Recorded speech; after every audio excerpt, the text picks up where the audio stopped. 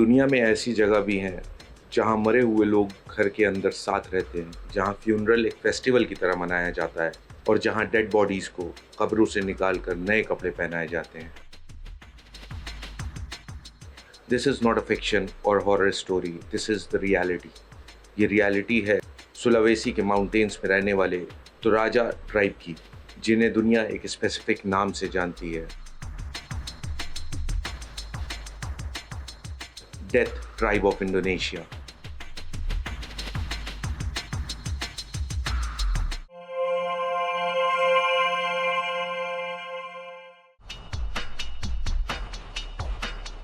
Toraja tribe का घर है साउथ सुलावेसी के हाईलैंड्स में, जो इंडोनेशिया के नॉर्थ में है। एक जगह जो दुनिया से थोड़ी सी अलग है, पहाड़ों से घिरी हुई। यहाँ का लैंडस्केप बिल्कुल सिनेमैटिक लगता है। Rice terraces, jungles and misty mountains. ऐसा लगता है जैसे इस ट्राइब को नेचर खुद प्रोटेक्ट कर रहा हो। जब आप यहाँ पर आते हैं तो सबसे पहली चीज़ जो आप देखते हैं वो है इनके ट्रेडिशनल घर, जिन्हें टोंग कोनान कहा जाता है। ये घर अपने पॉइंटेड बोट शेप रूफ के साथ एकदम यूनिक दिखाई देते हैं और इन्हें सिर्फ घर नहीं बल्कि एक फैमिली का सिंबल माना जाता है। तरोजा लोगों का बिलीव है कि डेथ एक एंड नहीं बल्कि एक ट्रांजिशन है, एक जर्नी जो सोल को आफ्टर लाइफ तक ले जाती है। इसलिए जब उनके घर में कोई मर जाता है तो ये उन्हें तुरंत दफनाते नहीं हैं। बॉडी को घर के अंदर रखा जाता है और उनके साथ डेली जिंदगी चलती रहती है।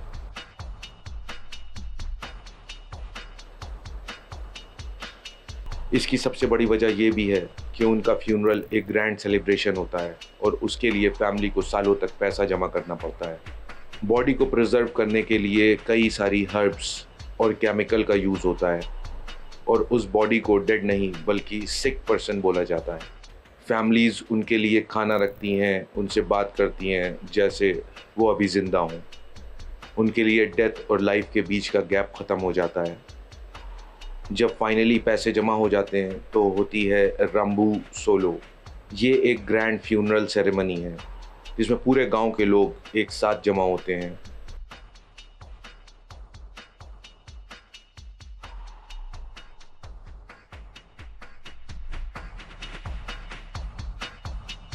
यहाँ बफलो की बलि दी जाती है क्योंकि माना जाता है कि बफलो सोल को आफ्टर लाइफ तक पहुँचाने का साथी है।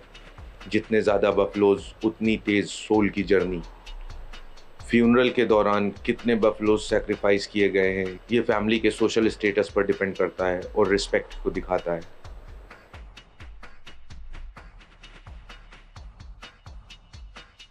एक फ्यूनरल यहाँ सिर्फ रोना धोना नहीं है बल्कि एक फेस्टिवल की तरह बनाया जाता है। डांस, म्यूज़िक, बड़े स्केल पर सेलिब्रेशन, ये सारी चीज़ें इस फ्यूनरल का पार्ट होती हैं।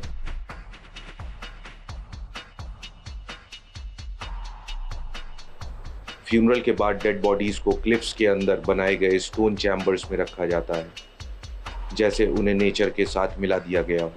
क्लिफ साइड ग्रेव्स के बाहर वुडन एफिगीज रखे जाते हैं, जिसे टाउ टाउ स्टैचूज भी कहा जाता है।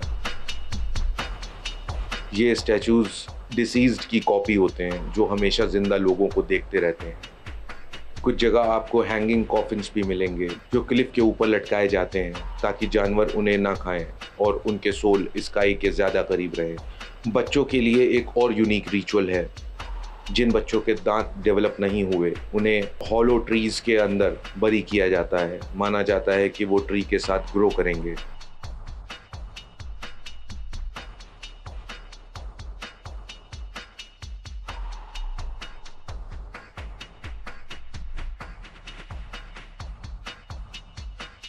लेकिन सबसे शॉकिंग रिचुअल होता है मानीने। हर 3-4 साल बाद फैमिलीज़ अपने एंसेस्टर्स की ग्रेव को खोलती हैं, बॉडीज़ को बाहर निकालती हैं और उन्हें क्लीन करती हैं और उन्हें नए कपड़े पहनाती हैं। ये रिचुअल उनके लिए एक रीयूनियन होता है जहां लिविंग और डेड एक साथ सेलिब्रेट करते हैं। ये एंसेस्टर्स को याद करने का सबसे पावरफुल तरीका है।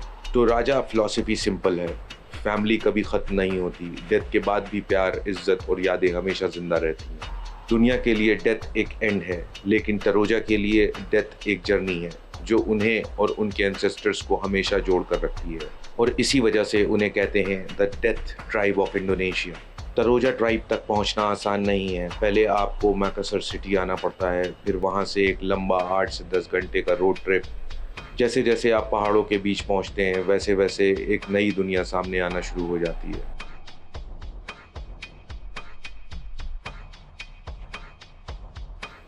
आपको क्या लगता है, ये रिचुअल अजीब है या एक सही ट्रेडिशन है?